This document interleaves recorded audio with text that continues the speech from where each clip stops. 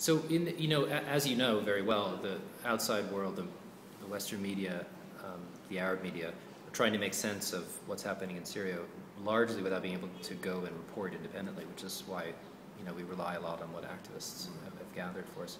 And then there's also the problem when we're in that situation of trying to verify things, trying to find out what's credible. So is part of the work that you do also trying to sift through what comes out and trying to verify and make sure things are credible, or to help people make it clear that things are what they say they are? Definitely. I mean, even since the early stages, before we came here, before we set up Anna, as individuals, we would be in contact with many journalists who would contact us and ask us, what do you think about this video?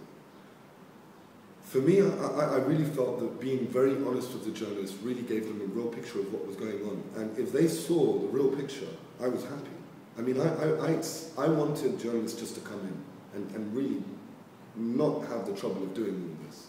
We could just demonstrate, we could just organize, we could not waste time trying to do a job that we maybe weren't good at. So I think when we came here, we all agreed that we have to verify things, and that's why we've put together some names of people that we know are credible inside. The ones that aren't on that list does not mean they're not credible, but maybe sometimes don't understand a situation, aren't able to reflect it properly, or don't know how to film. You have someone who films a helicopter in the sky, but doesn't film a landmark, and that could have been filmed in Afghanistan, for all I know. I know it was in Aleppo, because I hear the guy's accent. I hear what the guy's saying. I can hear the gunfire. I'm sure it's there, but we have to take into consideration the viewer, or the listener, or the reader. And that's why it's very important. It's a big part of what we do. And a lot of the time we do deny certain events that other committees have said have happened, because we see a lot of issues that point to, not fabrications at all, but some of them are exaggeration. And I think that affects, in a negative way, affects the uprising and finishing this. And with such a volume of material, I mean, I know that as someone who's screening citizen media for a couple of years now, I know that during, for instance, in Iran, when the post-election demonstrations happened in 2009, people who wanted to show that there were new demonstrations would sometimes recycle material and say it happened today when it happened a week ago and stuff. So you must be on the lookout for that as well. Right, definitely. But I have to be honest. We haven't had that problem.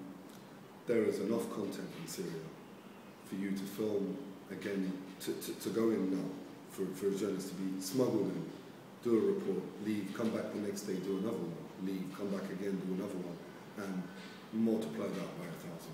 There are stories everywhere. There are demonstrations everywhere. There was 800 different locations of demonstrations on one day. There's no need for it. What we need is organising. And a few people that think that they have the need to fabricate just shouldn't be in the media. And so far I think they're not. They are being ignored. There's lots of content that really doesn't reach the media, but we as activists see. And some of the time it's the government. The government wants to plant something that it can then say, oh, this is a lie, we have the full version. We've seen that. We've seen small videos that then we see on state TV, a full of videos released, the full length. And it was a trap.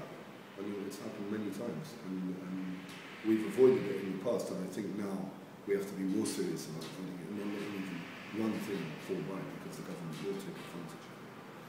And do you, in the work that you do looking at things, do you also, so you do look at things that you aren't in touch with the activists who filmed it, I imagine. You do see things that are just posted and you don't know who put it up there, and then you try to evaluate it. Does that also include some of these things that seem to circulate that were actually filmed by people on the regime side? Yes, because the activist network is not a totally free network that's unmonitored by the government. It is monitored. And there are fake activists in the room with you, talking to you. I'm sure that I have a close friend that's in the regime, but that just means that you have to be careful who you talk to and what you say to who. Yeah, definitely. They post videos. We look at the activist who posted the video. We make sure who this activist is. We see what he's done in the past. It's a whole process. So you have to be aware to try and weed out infiltrators, basically. Right. But then also there seems to be another genre of video, which are videos shot by the security forces, shot by the people who are the militias you call the Shabiya. Right. Is that right? Right. So they also post things online. Is that right? They don't post them online. They don't. The Shabiha, we call the death squads, if I would translate it. They sell the videos to people they know that can get the videos to the people in the uprising, who would then upload the videos. So they don't directly upload the videos for some reason. They sell the videos, or sometimes the videos are just leaked. Another way of getting those videos is when one of these Shabiha get caught, and sometimes they're killed because in some cases they deserve to be killed. Then they would have a camera and they would see everything that this person had filmed, and then they could upload the videos. And I think a lot of the time that is the case. But they have been cases where the videos are actually being sold. And they're just selling them just for money. They're not. There's no political content. And the government allows them to do it. I think the government hits more than one bird with one stone, because one is sectarian tension growing. Two is giving them space, the people in the army, so they don't defect. I think there's numerous sorts. And perhaps it's an element of intimidation. The government might benefit from these things being Definitely seen. intimidating and causing more tension and scaring people. Some people staying at home. I mean, okay, we're seeing, there was intimidation, but people are still in the street. Yeah, but some of the people are still in the street. There are people that have decided not to go to the street anymore, so the numbers would have been much bigger. And that's definitely something to take into consideration. That's something I know journalists are often, like the idea of fighting the last war, often looking back at other demonstrations, other examples of things in other countries.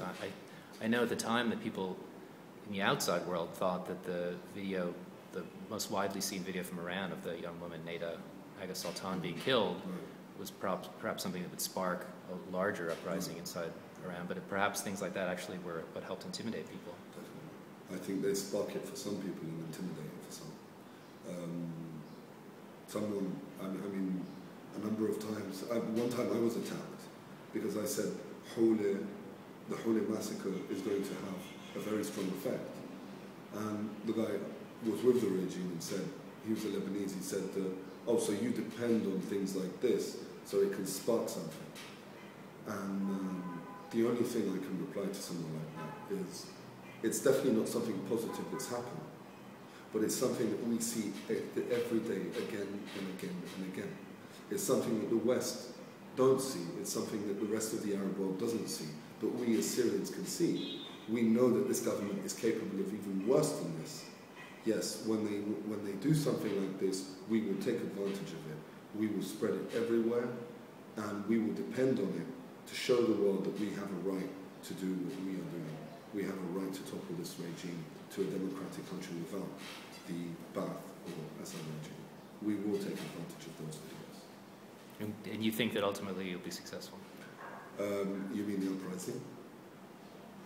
Assad's going to fall. I think the question is Syria going to fall with him or not? And as a Syrian citizen against Assad, I think I have a duty to work as hard as possible on Syria remaining intact, which we are scared of. We are scared that that's not the case.